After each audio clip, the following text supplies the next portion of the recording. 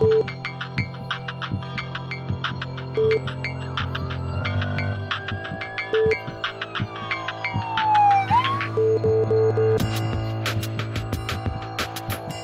buenas tardes, bienvenidos a su programa Salud TV. Llegamos al viernes, estamos terminando la semana laboral para algunos, a otros todavía nos queda el día de mañana, pero ya recargando fuerzas para disfrutar ese fin de semana.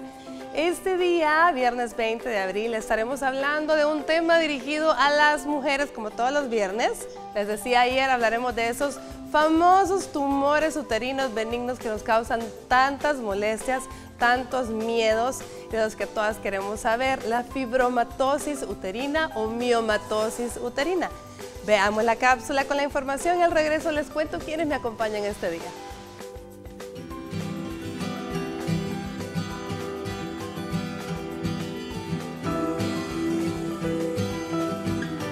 El fibroma o mioma uterino es un tumor benigno que se desarrolla en el útero. Está formado por tejido muscular y conjuntivo fibroso que afecta el 20% de las mujeres de más de 35 años.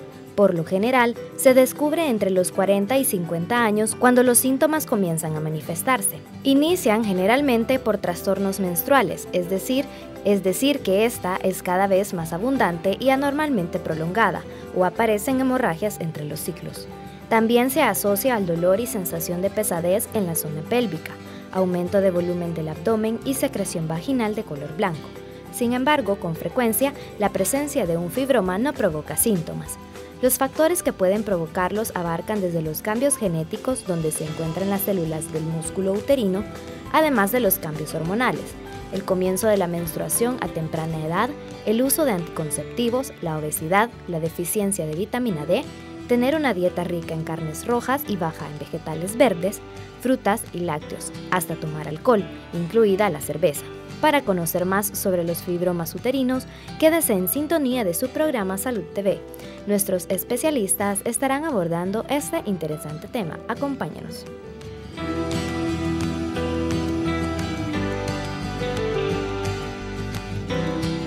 Bueno, nos acompaña este día en nuestro set la doctora Ana Cecilia Molina, ginecóloga, especialista, subespecialista en infertilidad, gran amiga y colega. ¿Qué tal, Ana? ¿Cómo estás? Muy bien, con un gusto compartir con ustedes y hablar sobre esto que es tan interesante para las pacientes.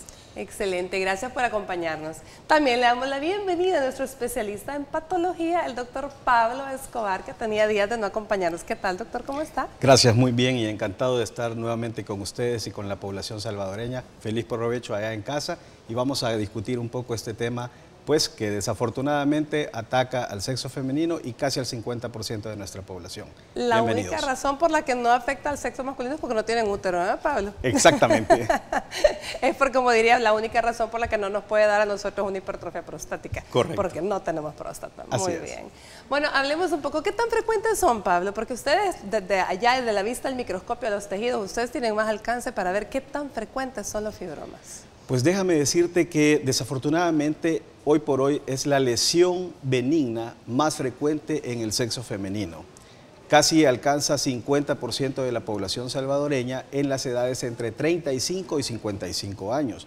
Incluso hemos tenido pacientes jovencitas que adolecen de esta enfermedad. A veces la denominamos fibromas, pero realmente el término es leiomiomas por su origen histológico.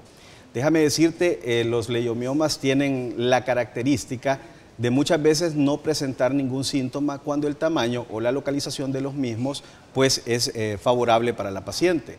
Pero dependiendo de su localización tienen síntomas muy tempranos. Así que tu pregunta, 50% de la población femenina en edades entre 35 y 55 años padecen esta enfermedad. 35 y 55 años, la edad en la que probablemente los estamos encontrando. Exactamente. Pero en realidad, a lo mejor están ahí desde antes y no hemos, por alguna razón, no se han encontrado, porque muchos de ellos los hallamos, déjame decirte, en forma fortuita. Incidental. Es incidental, es decir, la paciente llega a su consulta, a un control ginecológico y de pronto se le hace una ultrasonografía, un chequeo rutinario y, sorpresa, ahí tiene un fibroma, 2 fibromas o incluso hasta más y muchas veces pues no dan síntomas. Correcto. Ahora, me encantó lo que dijiste, lesión benigna, es decir, eso me encantaría que lo aclares, es tumoración benigna. ¿Y está bien dicho tumor? ¿Tumor benigno? De hecho, sí. Cuando mencionamos la palabra tumor, desafortunadamente creemos que todo tumor es malo, pero tumor es un nuevo crecimiento, es como una neoplasia. Es una lesión que hasta que el patólogo no dice si es benigno o maligno, no podemos establecer su génesis. Pero en este caso, los fibromas, mal llamados decía, o leiomiomas, que es la terminología adecuada, su génesis, su comportamiento es benigno. Afortunadamente, menos del 0.5% de leiomiomas tendrán una transformación maligna. Eso es muy bueno para nuestra población. Menos del 0.5%. O sea, es mínimo. Exactamente, la transformación a malignidad.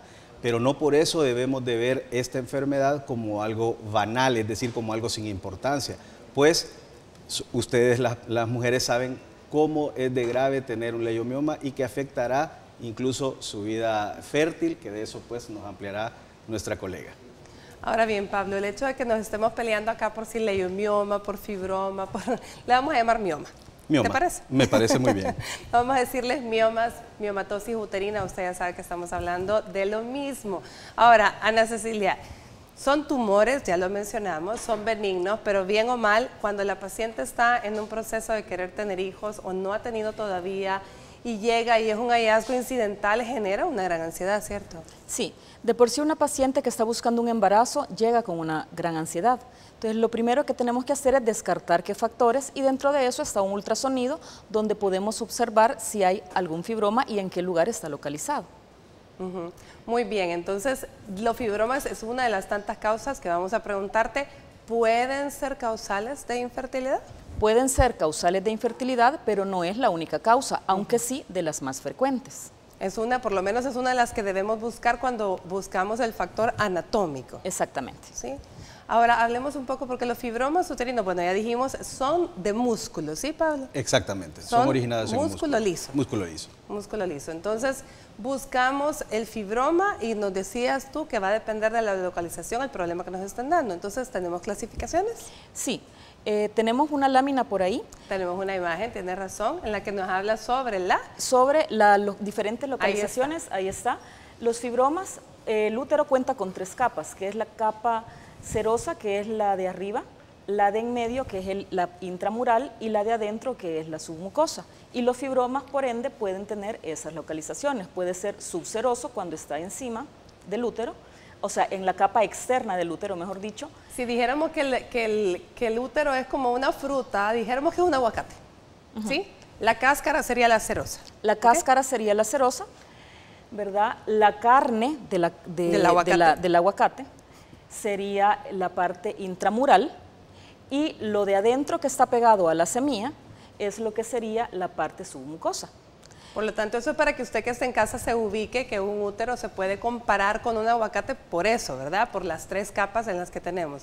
La cascarita sería la serosa, como decía Ana Cecilia, entonces todos los fibromas que estén localizados afuera se le llaman subserosos. Subserosos. Los que estén adentro de lo que sería en el aguacate lo verde es el músculo propiamente dicho del útero, esos son el intramural, los intramurales, y los que estén adentro en el endometrio, que es donde usted va a formar su bebecito, son los submucosos. Esos son los submucosos. ¿Esos son los que nos dan problema para infertilidad o todos? Realmente todos nos pueden causar problemas dependiendo del tamaño y la localización. Muy interesante. Bueno, vámonos a una pausa comercial y regresamos a aprender más sobre los fibromas, miomas o leiomiomas uterinos.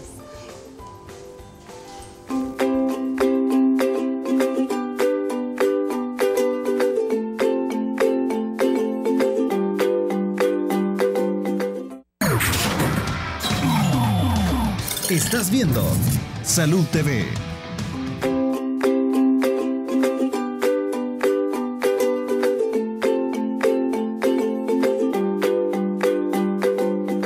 Bueno, y continuamos con nuestro programa. Recuerde que el 2018 nosotros estamos celebrando 25 años de Canal 21, transmitiendo cada día programas nuevos y extrayendo nuevos proyectos siempre para ustedes. Quiero hacer un recuerdo, quiero que vayamos a un programa del 6 de febrero del 2015.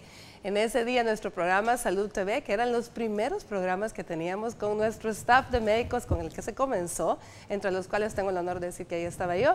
Vemos al doctor Mauricio Vides, mi esposo, quien también desde los 15 médicos con los que comenzamos, hablando un poco precisamente del tema de hoy, de la importancia de un ultrasonido, de la consulta antes de embarazarse para verificar que todo ande bien. Veamos. El prepararse, ¿verdad?, antes de concebir, ¿verdad? Eso sería lo ideal, ¿verdad? Que unos 2 o 3 meses antes de tomar la decisión de traer un hijo al mundo, pues comenzar una etapa de preparación, ¿verdad? De llegar donde el ginecólogo y que el ginecólogo le deje toda la batería de exámenes, que son los exámenes de rutina, ¿verdad? Para detectar algún tipo de... y el examen físico, por supuesto, para detectar algún tipo de enfermedades previas al embarazo que pueden poner en riesgo el mismo. Excelente, bueno, ahí lo tenemos, recordando los primeros programas en los que estábamos ahí con Salud TV comenzando esto, que ahora es un proyecto, ya no es proyecto, es algo hecho realidad que todos los días está transmitiéndose para ustedes. Bueno, escuchábamos ahí la importancia, ¿verdad?, de lo preconcepcional, precisamente para evitar estas sorpresas. Pero yo quiero que escuchemos a la gente ahora, qué nos dijeron cuando le preguntamos por qué pueden salir los fibromas uterinos o qué problemas nos pueden provocar los fibromas uterinos. Veamos.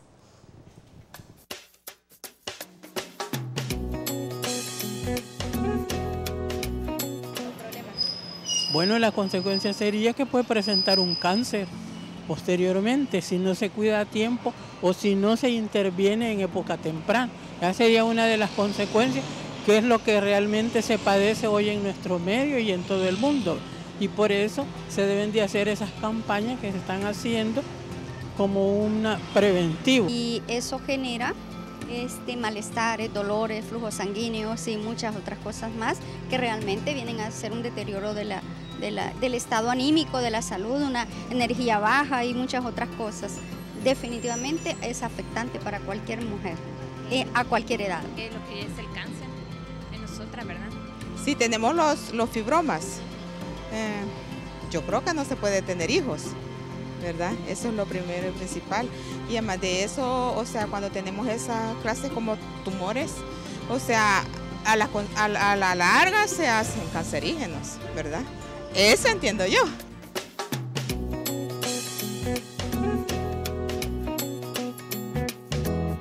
Muchísimas gracias a las personas que siempre responden a nuestro sondeo, nos encanta escucharlas. ¿Y qué te parece, Ana Cecilia, el comentario de la señora? Creo que contrario a lo que ella dijo o cree, afortunadamente no es cierto que no se pueda tener hijos, ¿cierto? No, el fibroma puede afectar para tener un embarazo, pero depende del lugar donde está colocado o donde apareció, perdón, del tamaño y lo que puede generar en el útero. Pero no es cierto que no se puede embarazar con fibromas. Podemos tener un embarazo, no va a afectar el fibroma absolutamente en nada durante la gestación, no va a afectar al bebé, va a crecer porque se alimenta de estrógenos y 3 meses después de haber tenido este bebé hay que reevaluar de qué tamaño está, generalmente vuelven al tamaño en que estaban antes, para evaluar qué se va a hacer con ese fibroma. Ahora bien, es importante saber con estos fibromas que no siempre hay que operarlos, sino que el fibroma se va a operar cuando tengamos un tamaño muy grande en el momento de encontrarlo, cuando entre un ultrasonido y otro haya crecido demasiado, que demasiado estamos hablando de 1 o 2 centímetros o más, no de unos milímetros, que se dé tratamiento con medicamento que no controle el sangrado o tratamiento con medicamento que no controle el dolor, que el dolor es lo menos frecuente, o que esté en una localización independiente del tamaño que pueda interferir para buscar un embarazo. Cuando hablamos de tamaño muy grande, ¿de qué tamaño estamos hablando, Ana? Hay fibromas de 1 centímetro, de milímetros, hasta fibromas grandes, hablando de 15, 20 centímetros, que llegan a pesar hasta 4.300 gramos más que un bebé. Hay muchas pacientes que no lo detectan, que no les da sangrado, sino que solamente se ven que les ha aumentado el abdomen, piensan, están en dieta, ejercicio y de repente no van a consulta y cuando van a consulta tenemos grande el abdomen y es un fibroma. Muy bien, esto es interesante definitivamente porque hay pacientes que no me dejarán mentir, ustedes que están en casa conocerán alguna, que de pronto el vientre no se le veía plano y a lo mejor pensó que era grasita, pero como no visitaba ginecólogo no se había dado cuenta y fortuitamente venimos y encontramos en un ultrasonido la presencia de uno o varios fibromas. ¿Qué debemos hacer en ese momento, Ana? Cuando nos damos cuenta que tenemos el fibroma, pues consultar. Como ya hablamos, no es necesario que porque el fibroma, aunque sea grande, quitarlo. O sea, quitar el útero junto con el fibroma. Se puede intentar hacer una miomectomía, que eso es quitar única y exclusivamente el fibroma o los fibromas, porque también hay pacientes que no solo tienen uno, sino hemos tenido casos de pacientes que tienen 24, 34, hasta 40 fibromas, quitarlos y si es posible dejar el útero para buscar un embarazo a futuro si la paciente no tiene paridad satisfecha. Pero siempre es importante que sepan que en una miomectomía existe el riesgo que pueda llegarse a quitarle el útero o matriz. ¿Por qué? Porque el sangrado puede ser tan profuso o quedar tan dañada la cavidad que si no se quita en ese momento el útero sí puede correr riesgo la vida de la paciente por el sangrado. Bueno, eso que me acabas de decir es importante y quería recalcarlo y por eso te preguntaba por qué. Porque esto puede ser la línea divisoria entre la decisión de la paciente de operarse o el miedo a no operarse si no ha tenido hijos. Eso es bien frecuente. Las personas que trabajamos con pacientes que no han tenido embarazo, la prioridad es tratar de quitar el fibroma hasta donde sea lo más posible y dejar el útero para buscar un embarazo, que es la intención. Muy bien. Pablo, cuando Ana Cecilia retira ese montón de fibromas, ya sean 1, 15, 20 o la cantidad que sean, y los mandan a patología, ¿rara vez resultan algo más? O sea, ¿pueden haber otros diagnósticos diferenciales que sean tumores uterinos que parezcan fibromas y no sea eso? Muy buena tu pregunta. Tenemos la obligación en patología que todo lo que nos envíe debe de ser estudiado.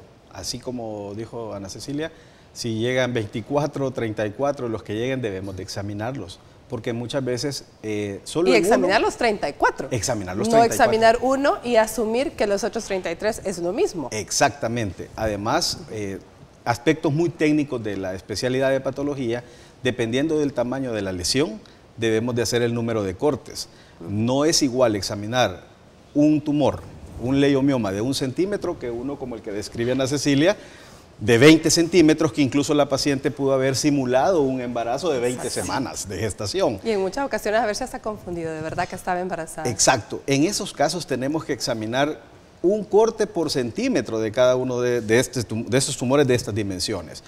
Tu pregunta de si algunas veces encontramos cosas distintas, pues sí, algunas veces encontramos cosas distintas. No solo el leiomioma como tal o el mioma como hemos señalado, sino también con degeneraciones. Es decir, hay degeneraciones inclusive si ha sido en el embarazo que aparecen o que se ven estimulados por las hormonas. Muchas veces tienen degeneraciones que denominamos carnosas, rojas, y eso preocupa en el momento del examen macroscópico. Pero ya al examinarlo al microscopio, es decir, en el examen histológico, nos damos cuenta que no se trata más de una degeneración. Como lo decíamos al principio, afortunadamente, menos del 0.5% van a hacer transformación maligna, que en ese caso se denominan leiomiosarcomas. Excelente. Ana Cecilia, el término mioma degenerado, ¿verdad? Porque ese es otro hallazgo ultrasonográfico que de pronto usted podrá haber visto en el reporte de ultrasonografía de alguien y usted dice, ¿qué es esto? Se degeneró el fibroma. ¿Cómo pasó? Lo que sucede es que por algún motivo han llegado bacterias anaerobias que no tienen oxígeno, no necesitan oxígeno, ya sea por falta de oxigenación, generalmente puede ser por un embarazo, porque la cantidad de sangre del útero está mejor en la placenta, o sea, está dedicada única y exclusivamente al bebé y la cantidad de sangre que le llega al fibroma es menor. Eso puede causar una degeneración. Por lo tanto, las degeneraciones son más frecuentes en la paciente embarazada con fibromas. No necesariamente, no necesariamente, porque hemos tenido casos de pacientes con fibromas degenerados que no han tenido ningún embarazo, ¿verdad? Pero la consistencia al quitar este fibroma generalmente está bien delimitado los tejidos y tienden a ser duritos, o sea, como una consistencia de una pelota de tenis. Pero hay ocasiones cuando están degenerados que no, usted al tocarlo, pues son como que fuera una vejiga con agua que se rasga, entonces hay que quitarlo con cuidado y eso solo en el momento de estarlo quitando nosotros podemos sospechar que está degenerado antes de que nos lo diga el patólogo. Ahora bien, también los degenerados, los fibromas degenerados, hay 3 tipos de degeneraciones, ¿cierto? Está la infecciosa, la gaseosa y la que es el carcinoma, La carnosa, ¿no? exactamente. Bueno, degeneraciones pueden haber muchas, pero las más frecuentes son la carnosa, la cálcica y la infecciosa. La cálcica es la que se enduró, se calcificó. Exactamente. Se hizo piedra. Se hizo piedra. Se hizo piedra, exactamente. ¿Eso es más frecuente según la edad en la paciente, como que ya después menopáusica Tiene o que independiente? ver con algunos factores. Uno de ellos es la edad de la paciente, otros son fenómenos metabólicos que tienen que ver con la paratiroides. Hay que recordar que ahí es el control de calcio y tiroides también, que afortunadamente son muy poquísimos casos los que tenemos. Ok, y cuando es la infecciosa, sí, hay el mioma, en estos casos puede hasta dar fiebre. Sí, ¿sí? Uno de los síntomas es la fiebre, alteraciones en la menstruación e incluso secreción fétida. Fétida. Y duelen mucho. El fibroma degenerado con degeneración de tipo esta infecciosa puede doler muchísimo, ¿verdad? Y por lo tanto esto ser de pronto un motivo de consulta.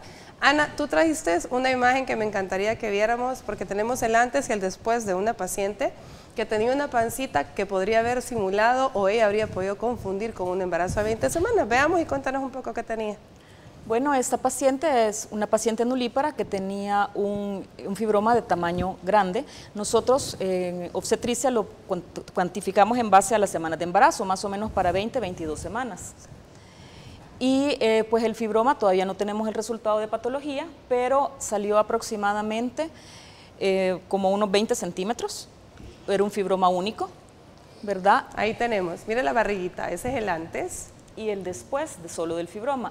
Este fibroma era uno de los casos no tan frecuentes, que es un fibroma subseroso. ¿Cuánto medía ese fibroma? Más o menos 20 centímetros. 20 centímetros, estamos hablando que, Pablo, como una toronja grande. No, un poco más grande. Un poco más grande. Como un melón. Como un melón. Exacto. Como un melón. Y abajo del pedículo estaba el útero de tamaño normal. Entonces, ella no presentaba ningún trastorno menstrual, solamente síntoma. presentaba el abdomen aumentado. Así es. El abdomen abultado. Bueno, por eso la importancia de que usted lleve su consulta con su ginecólogo y el tener al menos una ultrasonografía para poder estar conscientes y sabedores de que no tengo nada en el útero y todos los años, porque estos pueden aparecer de pronto. ¿Qué tanto es el crecimiento, más o menos la velocidad de crecimiento de un fibroma? Eso dependerá de cuál ha sido la edad de aparecimiento del mismo. Es importante lo que tú señalas con respecto a ponerse en control. Toda mujer debe de ponerse en control una vez inicia relaciones sexuales, ¿verdad? ¿Por qué? Porque hay que recordar que en ese momento es donde está siendo más objeto de todo el estímulo hormonal. Y estos tumores son muy ávidos a obedecer al estímulo hormonal. Si un leiomioma, un tumor de la pared uterina, aparece tan tempranamente como a los 20 años, es probable que si no se le da tratamiento, 10 años después ese tumor ha alcanzado los tamaños que estamos viendo de 20 centímetros. Depende de la idiosincrasia de la paciente, es decir, de su naturaleza como tal, de su producción hormonal, de si la paciente es obesa. Hay que recordar que en la grasita se producen también estradiol, que al final termina siendo estrógeno y estimula el crecimiento u aparecimiento de lesiones de este tipo. Hay muchos factores que hay que tomar en cuenta para determinar cuál va a ser el seguimiento. Un punto muy importante a señalar también es la herencia. Si su mamá, si sus tías, si sus hermanas han sido víctimas de leiomioma, es decir, lo han padecido, lo más seguro es que ella tenga mayor predisposición a tener la enfermedad. Excelente. Tenemos otra imagen de uno de esos casos que nos cuenta la doctora Molina de multifibromatosis. Veámoslo, por favor. ¿De que esta paciente ya tenía hijos? ¿O no, tampoco. Bueno, con esta paciente entramos por un fibroma, salieron 16. De diferentes tamaños. De diferentes tamaños. El que se había visualizado era el más grande, ¿verdad? Se quitaron todo, gracias a Dios se conservó el útero. Y pues ahorita es de esperar, un punto importante que quería tocar, ¿qué hacer después de una miomectomía? ¿Cuándo podemos buscar un embarazo? De eso, interesantísimo, eran mis siguientes preguntas, de eso vamos a hablar en el próximo bloque. Pero ahorita, ¿qué les parece si vemos en la nota extra qué podemos hacer para aliviar los síntomas de alguna manera que nos produce el fibroma uterino? Ya volvemos.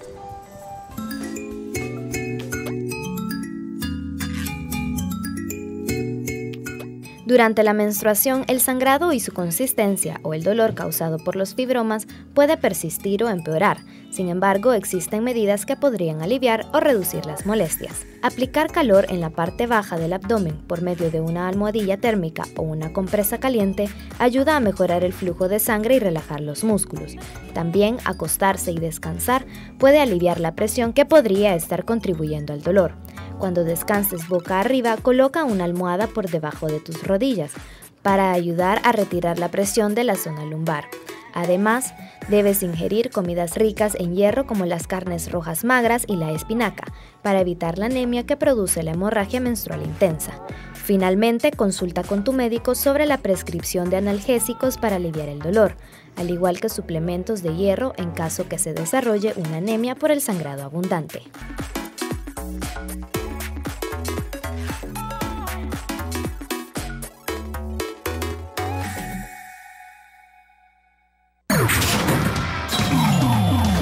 Estás viendo Salud TV.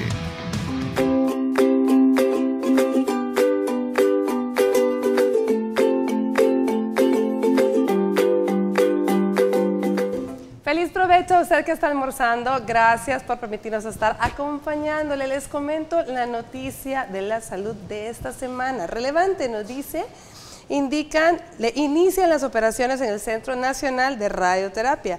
A 4 meses de inaugurado, el Centro Nacional de Radioterapia iniciará los servicios de radiación de forma gratuita a partir del próximo 24 de abril. Iniciarán con una lista de espera de 700 pacientes que gradualmente irá en aumento. La tardanza de la apertura del Centro Público de Radioterapia se debió a que el personal médico aún estaba recibiendo formación en radiación oncológica y a la calibración del equipo. En el centro trabajarán 30 personas, 5 médicos radiooncólogos, 10 técnicos de radioterapia, 4 físicos médicos, 5 enfermeras, 2 anestesistas, un técnico biomédico y personal del área administrativa y mantenimiento.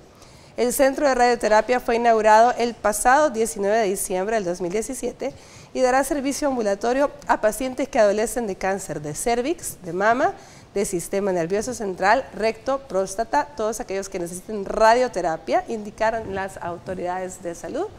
Bueno, ahí lo tenemos, 24 de abril inicia operaciones. Esa es la noticia de la semana.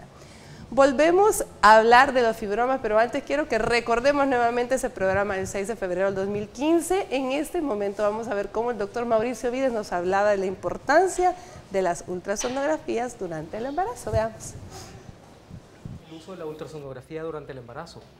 ¿Verdad que tenemos que tener actualmente, en estos años del siglo XXI, un embarazo debe tener por lo menos 3 ultrasonografías? Una al principio del embarazo, estamos hablando entre las 8 y las 12 semanas, la otra entre las 20 y las 24 semanas, y la al final, que es al entrar al último mes del embarazo, alrededor de las 34 o 36 semanas. Cada ultrasonografía tiene una utilidad, ¿verdad? No todas las ultrasonografías a cualquier mes tienen la misma utilidad, pero cada trimestre necesitamos una ultrasonografía. Así es, cada trimestre necesitamos una ultrasonografía y muchas veces en esas ultrasonografías de las embarazadas, en el primer trimestre, a veces detectamos fibromas que a lo mejor la paciente no tenía. Pero importante entonces, volvemos, antes de quedar embarazadas, lo mejor es que usted tenga su ultrasonografía porque mediante esta es la forma en que vamos a detectar los fibromas, ¿cierto, Ana? Exactamente. Muy frecuentemente cuando el fibroma, si no se ha detectado anteriormente, lo podemos detectar al principio del embarazo.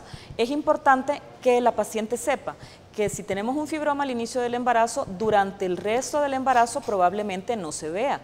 No es que haya desaparecido, sino que el bebé ocupa la imagen y no se logra ver el fibroma. Tenemos, por cierto, un par de imágenes en las cuales podemos observar cómo se ven los fibromas en la ultrasonografía para que usted tenga una idea de qué forma se ven. Veamos si producción nos regala estas fotografías.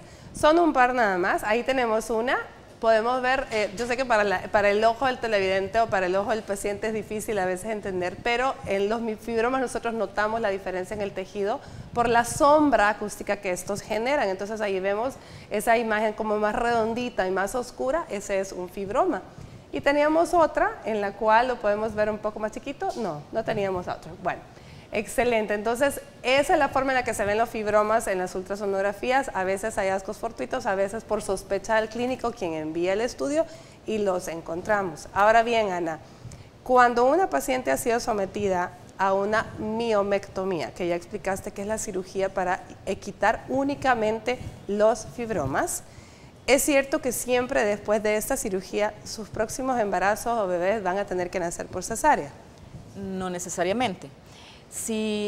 Lo importante cuando hacemos una miomectomía es que la persona que la haga, pensando en un embarazo a futuro, describa si llegó o no llegó a la cavidad uterina, si entramos a la cavidad endometrial. Generalmente, dependiendo de la complejidad de la cirugía, el cirujano en el momento, cuando ve a la paciente, le puede decir su próximo embarazo o su embarazo a futuro, puede ser parto vaginal por la cirugía o tiene que ser una cesárea. Si no conocemos la persona o no podemos tener los datos de la miomectomía previa, es preferible mejor una cesárea para evitar una ruptura uterina. Por lo tanto, quizás en ese caso ahí lo vamos dejando como que sí, la gran mayoría van a tener una cesárea después de una miomectomía. ¿Cómo se ven los fibromas ya a nivel del microscopio, en las láminas que ves, Pablo? Excelente. La coloración de rutina que se usa en patología es con base a dos colorantes. Una es la hematoxilina y la otra es la eosina. Entonces casi todo se ve en ese tono rosado morado. Creo que tenemos la imagen.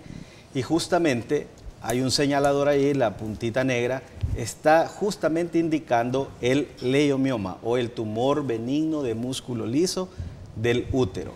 El resto es pared uterina y podemos ver cómo incluso está dividido o circundado por un tejido fibroso que es una cápsula. La mayoría de tumores de leiomiomas están circunscritos por una capsulita. Si esta cápsula no existiera, no veríamos esa forma redondita que tienen la mayoría, ¿no? Esta cápsula fibrosa también tiene sus características propias, a veces se adelgaza. Tenemos otra imagen ahí para los televidentes de qué es lo que nosotros estamos viendo al microscopio. Posteriormente hay que describir si tiene muchas mitosis, si tiene necrosis, que ya son características que le darían otra atipicidad o ese 0.5% que veníamos diciendo para denominarlo leiomiosarcoma. De hecho, esa cascarita que le da la forma redonda bastante regular es la que nos da la tranquilidad en la ultrasonografía a nosotros de que es una cuestión de tipo benigno y que es un fibroma probablemente. Exacto. Porque si ya vemos algo irregular, medio feo, pues ya uno empieza a sospechar que a lo mejor se trata de otro tipo de tumor, ¿verdad? Exactamente. Bueno, vámonos a una pausa comercial y volvemos con más de Salud TV.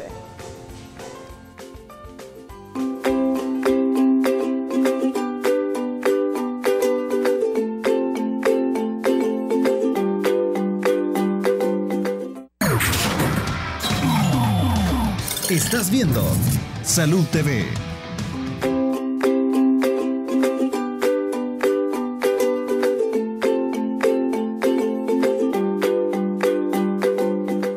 Continuamos con nuestro programa y me encuentro súper bien acompañada acá de una mujer súper fitness, me encanta.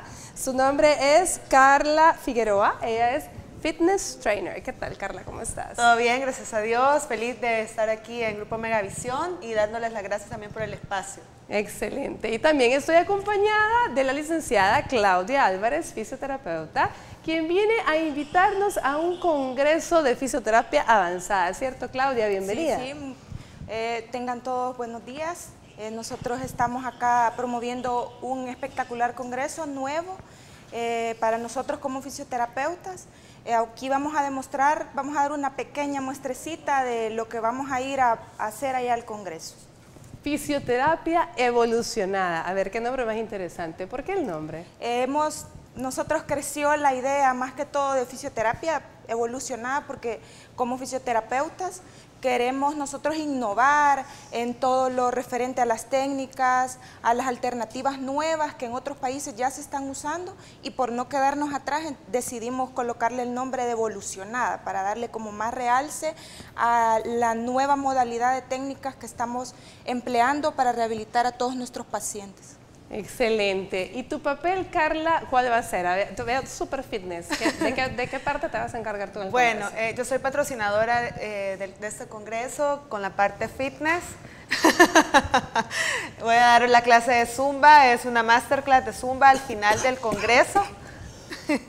Y bueno, nada más hacerle la invitación a las personas para que asistan el sábado 28 de abril al Centro de Convenciones de Antiguo Cuscatlán.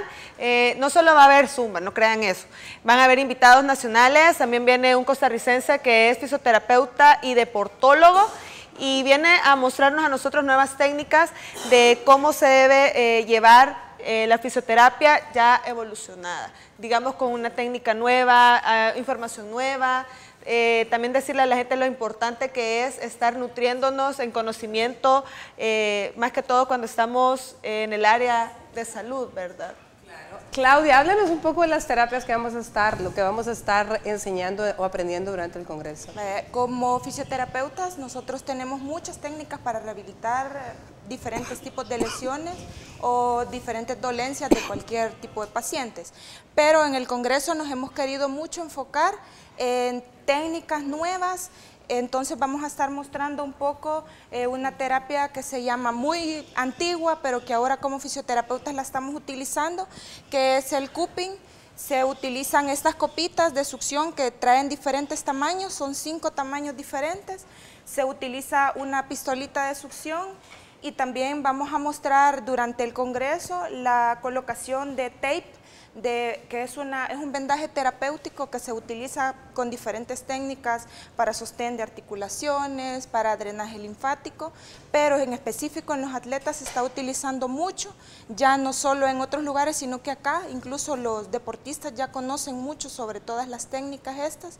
Entonces nosotros queremos en el congreso mostrar a todos nuestros compañeros, colegas, incluso a los atletas y a todas las personas que estén interesadas y conocen del deporte, para que sepan que existen nuevas técnicas, no solo es los métodos farmacológicos, sino que existen muchas técnicas alternativas para tratar todas las lesiones que los pacientes puedan tener. Muy bien, Claudia, excelente. ¿A quién va dirigido este congreso? ¿Quién puede asistir a este congreso? Es un congreso súper abierto al público, están invitados atletas, personas que practican cualquier deporte, porque lesiones todos en su momento pueden tener. Entonces va dirigido a atletas, a fisioterapeutas, a estudiantes de fisioterapia, a personas que están estudiando o ya practican la educación física, también a nutricionistas. Entonces es muy abierto para todo el público y todos están invitados para que aprendan cosas nuevas. Muy bien, Carla. A ver, ¿por qué Zumba? Pues bueno, a la fisioterapeuta que está organizando el congreso la conocí en un lugar, de hecho como paciente, y nos hicimos clic y somos personas emprendedoras y pues nos estamos apoyando mutuamente, ¿verdad? Y pues Zumba es divertido, el congreso no tiene necesariamente por qué ser súper aburrido y que la gente va a estar, en lugar de estar poniendo atención en el congreso viendo Facebook, entonces vamos a hacer esa parte divertida en el congreso para que la gente también vea que la parte educacional también puede ser divertida y ahí voy a estar yo participando en este congreso. ¿Pero por qué Zumba? Preguntaba. Zumba es porque es divertida, es intensa, porque es exigente, nos saca del confort. De hecho, comentarles, yo antes no era instructora de Zumba, comencé con corridas, así como atleta, tuve lesiones como atleta y Zumba a mí me permite también realizar actividad física de alto impacto, pero sin lesionarme. Entonces, también es importante ese tipo de ejercicio por eso. Nos han traído a obsequiar 3 entradas. Así es. Entonces, ¿cómo vamos a hacerlas? Vamos a poner en Facebook y la persona que quiera, ya sea que sea nutricionista, que sea deportista o que sea estudiante de fisioterapia, ¿cierto? Así es. ¿Quién más puede optar a esto? Puede ir dirigida también a instructores que quieran asistir a una persona, a algún alumno o algún cliente que necesite asistencia en algún momento cuando estamos en la clase. Miren, ahí estamos viendo algunas imágenes, lo que Claudia está haciendo el cupping, una de las técnicas de las que van a estar dando pues en el congreso, enseñando de qué es lo que van a estar haciendo. ¿Qué obtenemos con esta técnica, Claudia? les decía, es bastante antigua. Ahora se está utilizando mucho. En el caso de la espalda baja se puede utilizar para mejorar circulación en la zona en puntos ya focalizados. Por ejemplo, si ella tuviera alguna lumbalgia, tuviera algún espasmo en la zona, también se utilizaría acá. Tenemos que ver la coloración de la piel para disminuir los espasmos. Y es una técnica que se usa para aliviar espasmos de una forma muy efectiva y los deportistas ya la van conociendo cada día más. Exacto. ¿Y qué hay de los vendajes? ¿También vamos a estar aprendiendo a aplicar los vendajes deportivos, Claudia? Sí, ahorita les muestro una forma sencilla que se está utilizando mucho.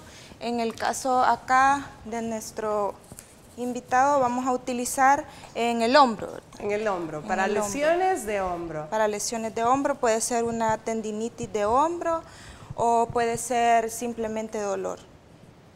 Simplemente dolor de hombro.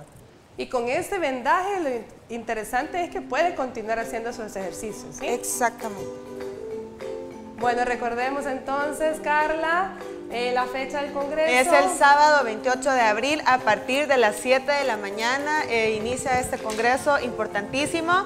También decirles que van a haber muchas sorpresas para ustedes. Hay un patrocinador bastante fuerte que no lo puedo mencionar, pero sí sería bueno que ingresen a la página de Facebook de Fisiomed Center para que se informen de todos los detalles de este Congreso también.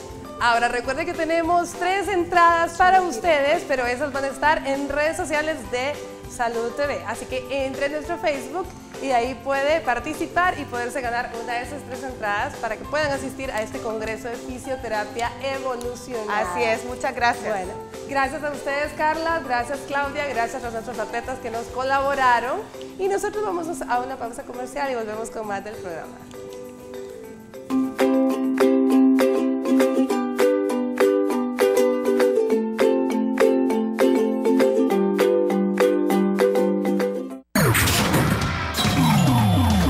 Estás viendo Salud TV.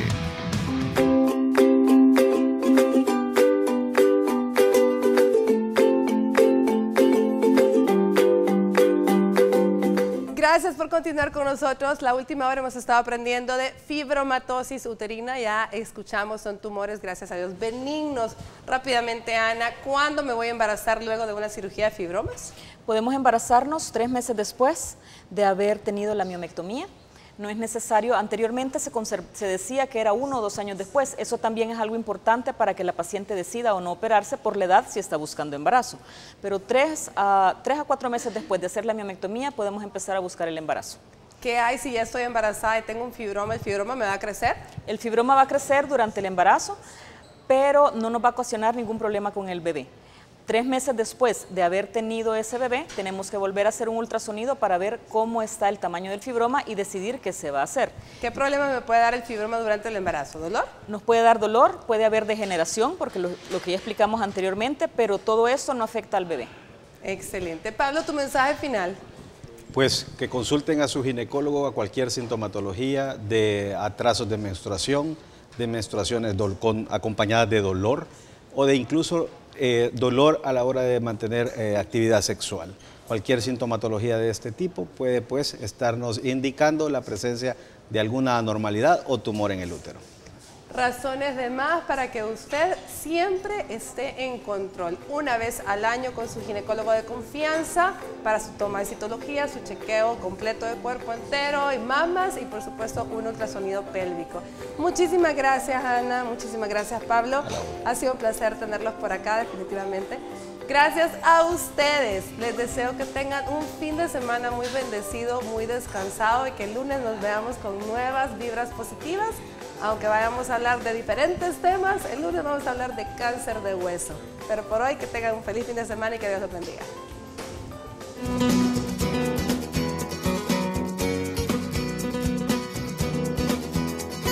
Para prevenir los fibromas debemos evitar los factores de riesgo que lo provocan. Por eso te damos las siguientes recomendaciones. Haz ejercicio regularmente. Este te ayuda a mantenerte activa reduciendo la probabilidad de padecer sobrepeso. Este último aumenta tu riesgo de desarrollar fibromas entre un 10 y un 20%. Mejora tu dieta. Estudios sugieren que consumir carnes rojas está conectado con un mayor riesgo de desarrollar fibromas. Comer verduras de hoja verde está asociado a un riesgo menor.